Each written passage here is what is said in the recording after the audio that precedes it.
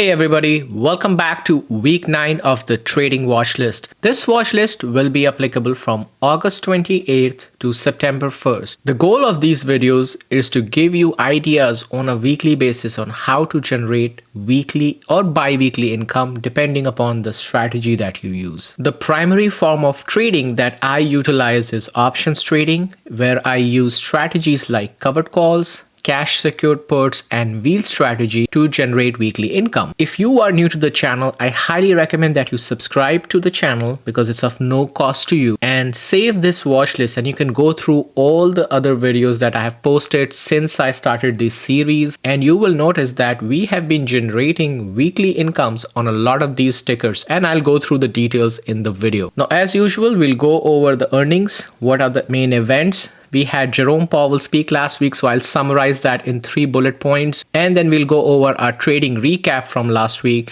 and 2 trade ideas on what we are looking for the next week. If you end up finding any value, make sure you hit that like, click on subscribe, and without further ado, let's dive in. Let's kick it off with the performance of last week. Now, unlike the previous week where we saw a slew of reds, this week or the past week was pretty good. We had decent greens all across the board, barring the last sell-off on Friday after the Jackson Hole meeting. Tesla had double-digit gains in the entire week with over 11%. We also saw Apple gaining 3.66%. Nvidia reported earnings. There was a massive beat on it. However, it failed to spur a rally in the market because Friday was Jerome Powell. Now from the earnings perspective, next week we don't have that big names, but we have NIO on Tuesday before market opens. Then on Wednesday after close, I'm looking at Salesforce, CrowdStrike. I have done a video on Salesforce versus Adobe on the channel. I'll put the link in the description. Definitely check that out. Then on Thursday, we also have Polestar. After close, we have companies like Broadcom. And then after that, we have Lululemon, MongoDB, Dell, couple names that I'd also like to watch. Here are the 2 points that I believe are very important from the Jackson Hole speech. Point number 1 is Jerome Powell continues to target the 2% inflation rate. Number 2 is in the fight to get the inflation 2%. Right now, Jerome Powell continues to see unemployment rate very low, which is not a good sign for the inflation. And to counter that, Federal Reserve will continue to keep the interest rate higher for longer. The markets are predicting a 4 rate cuts in the next year, so we will see which side wins the battle. All right, so last week we talked about 2 trades that we would take. One, we would take a Tesla trade, which will be selling a covered call since we own the stock. And then second, we would be selling a covered call on Square as well. So on Tesla, we sold a covered call for $265, expiration 1 month out, and we got $227 as premium. And because of that, our cost basis has reduced to $253, and so far we have collected $1,164 on Tesla since we initiated this trade. Next week, we are not going to touch Tesla because this is a 1 month out expiration, and we'll just let it run and see how it plays out. The second trade was we plan to sell a covered call on Square at 57, and we got $88 in premium. And because of that, our cost basis has reduced to $55.04. And since we have started trading Square, we have got about $245 in total net premium. Last week was a mixed week for Square. We had 3 up days, but the stock ended up lower when it opened compared to Monday. So our goal is again going to be selling a covered call at 56 or 57 next week. If we sell at 56, we'll get about between 113 and 109. If we sell at 57, it will be about 66 to 69. So depending upon how the stock market reacts on Monday and Tuesday, we will be targeting at a 56 or a $57. The second trade idea will be on AMD, as we are seeing AMD is continuing to make lower highs, and for the short term, we are looking at a downtrend. Currently, the stock price is below its 20-day and 50-day SMA, and because of that, $102 becomes a critical point for this stock. There are 2 reasons why this is the case. Number 1 is because 102 was a critical point where the stock was trading all the way between 93 and 102 prior to Nvidia's insane rally back in May, when AI rally really took the market with the storm. Second,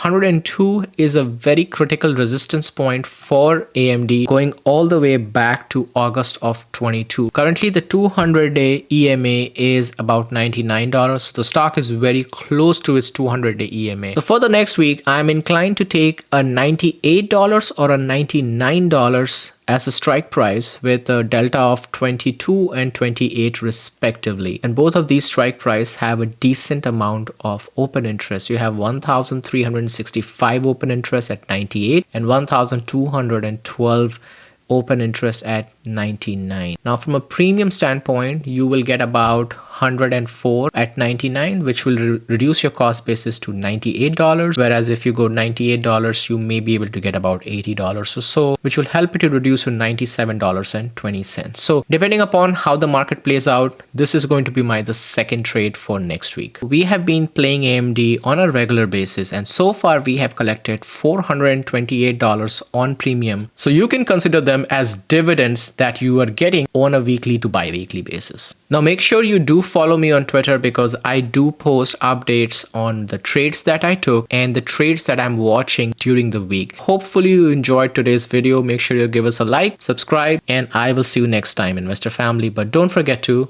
invest for tomorrow.